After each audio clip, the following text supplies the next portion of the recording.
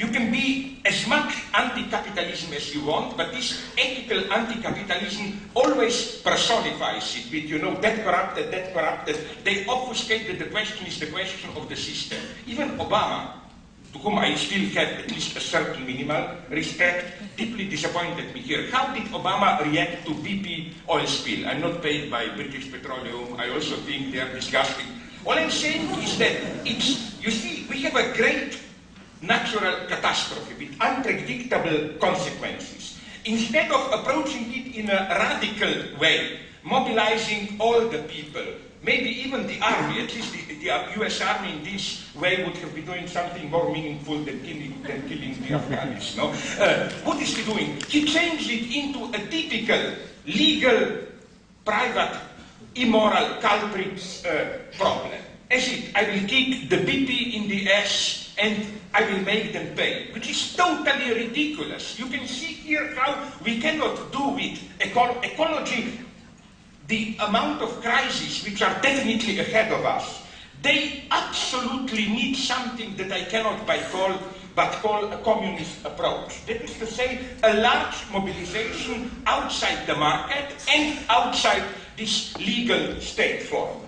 So, again, the problem for me is the following one of communism. I hope we also here we all agree. This basic insight of Marx that the problem of freedom, the true side of the problem of freedom is not the political system. You know, all this measurement done by Western agencies who, in a patronizing way, measure third world countries. Do you have free elections? Do you have independent judges and so on?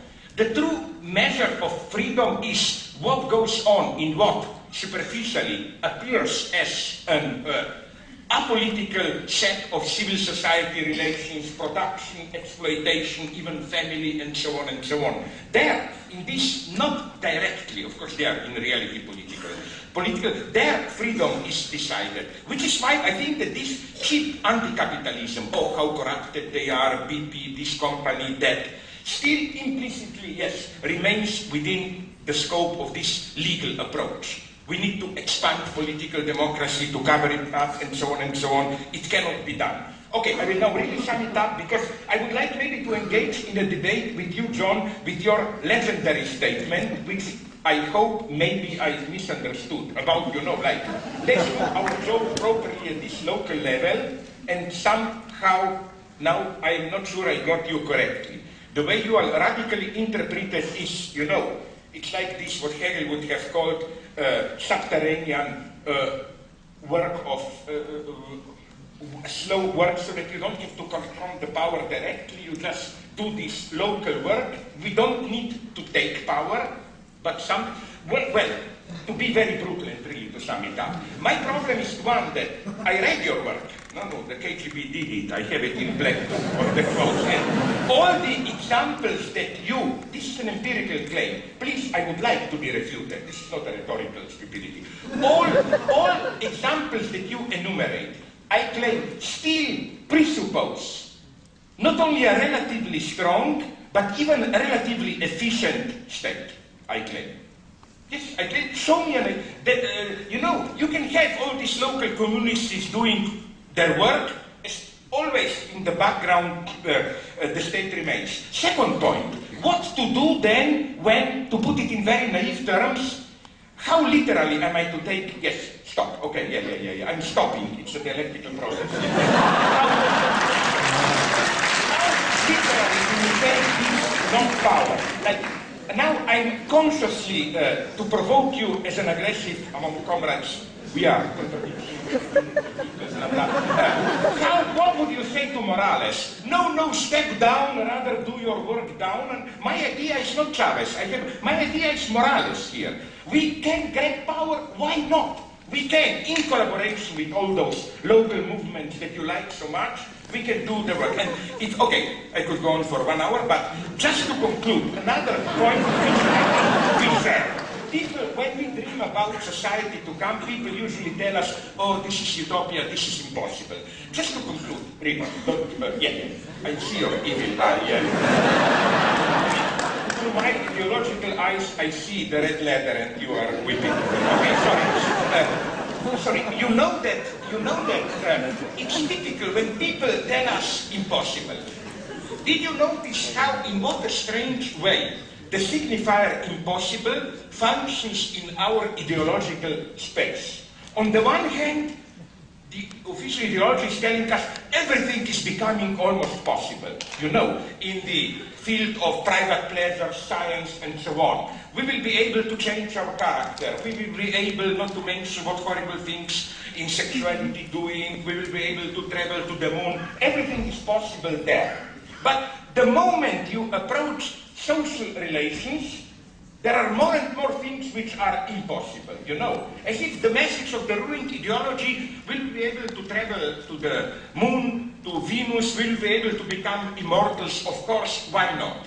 But will it be possible to change a little bit the healthcare legislation? No, no way. So, you know, what is possible, what is impossible, is maybe the crucial ideological opposition today. And our message should be, of course, not in an irrational sense, but in the sense of what appears as impossible within a certain ideological social space. It's, yes, you are right, it is impossible, but look at us and learn. We will do the impossible.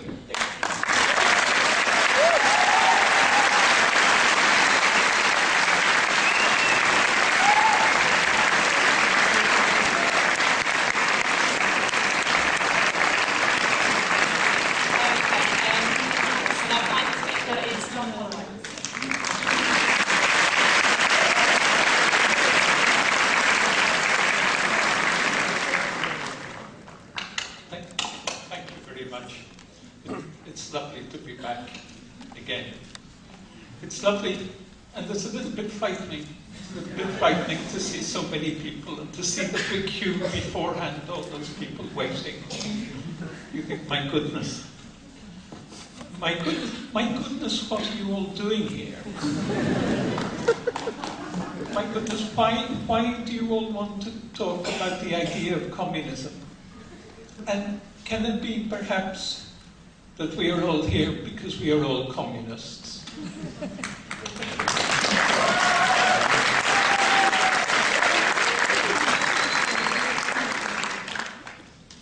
And of course that's only the beginning, because the question is, what do we mean by that?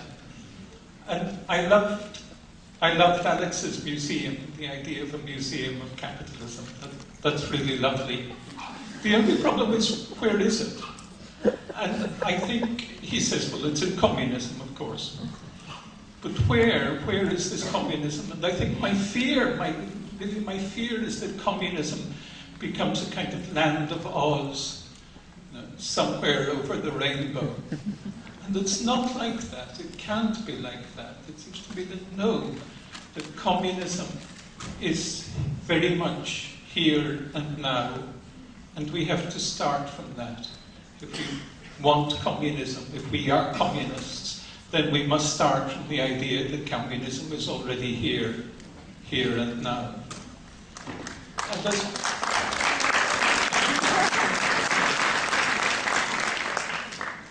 I suppose partly why I say that is because I've just come from a very striking example of that. It was about 10 days ago, I had the pleasure of giving a talk in Navarino Park in Athens. And Navarino Park is very interesting because it's really a garden created, a community garden created in the middle of the city. And it's just around the corner from where the police shot Alexis Grigoropoulos, the 15-year-old, in December 2008. And with all the huge riots that followed that shooting, one of the things that happened was that people occupied a car park just around the corner from where it happened, near the centre of Athens. And they tore down the walls of the car park and they transformed it into a garden. And it's a beautiful garden, and it's used by all the people in the neighbourhood, and it's used by children, and they hold meetings there. It's fantastic. And the first time I went, I felt, wow, this is communism. This is revolution.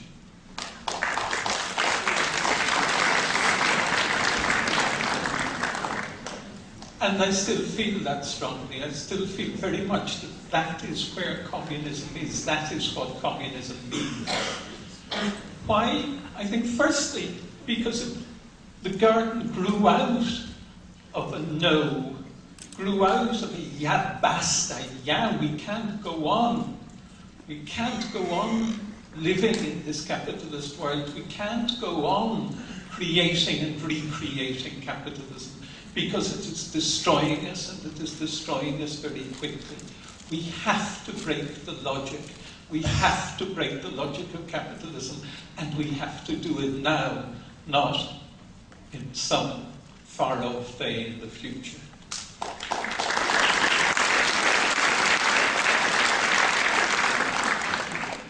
And that was the starting point of the garden. It was just a refusal that enough, no, we can't go on. But that refusal, that rage, became transformed into a process of creation. In other words, it's not just a negation, it's a negation and creation. Not just an against, it's an against and beyond. The transformation of rage into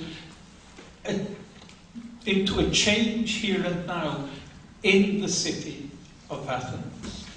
And this change seems to be crucial in two respects. Firstly, by being a garden, it announces that what we need is not just a change in our own social relations, but also a change in our relation with other forms of life, with non-human forms of life. In other words, a garden has the special feature of saying that any anti-capitalism, any communism must be based on the different relation with the plants and animals that surround us. And secondly, I think it's crucial in this garden that the whole process creates a different set of social relations. It's a process of creating a no-go area, if you like, creating a crack in the logic of capitalist social cohesion. The people involved in the park put up, they don't in fact, but symbolically you can imagine them putting up signs around the garden saying, capital, keep out. Here we are going to create something different. Here we are creating something according to a different logic. Here we are not going to measure land according to the price per square meter. Here we are going to appreciate land by the pleasure it gives to us and our children.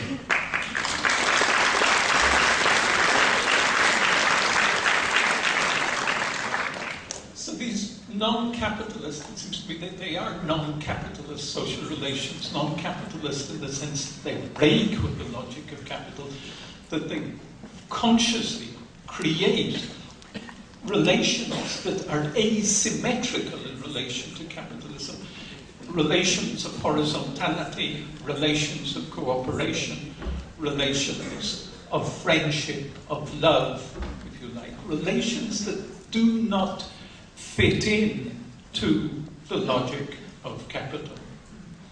So you've got the creation then in this area of a communal structure, something that develops and takes up and develops the whole communal tradition of anti-capitalism, the whole way in which the movement has always tried to develop, to organize itself, to find forms of taking decisions that are horizontal, that involve everybody in the struggle of capitalism. So you could think of the garden as a space of communism.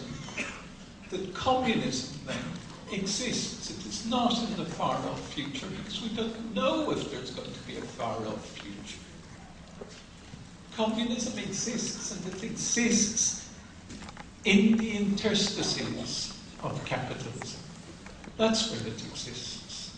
And it exists in the interstices of capital as an interstitial growth in, against, and beyond capital. And it is always difficult, and it is always contradictory, and of course there are problems, and of course there are conflicts, and of course the people who run the garden have the problem of how do they keep out the police, how do they deal with drug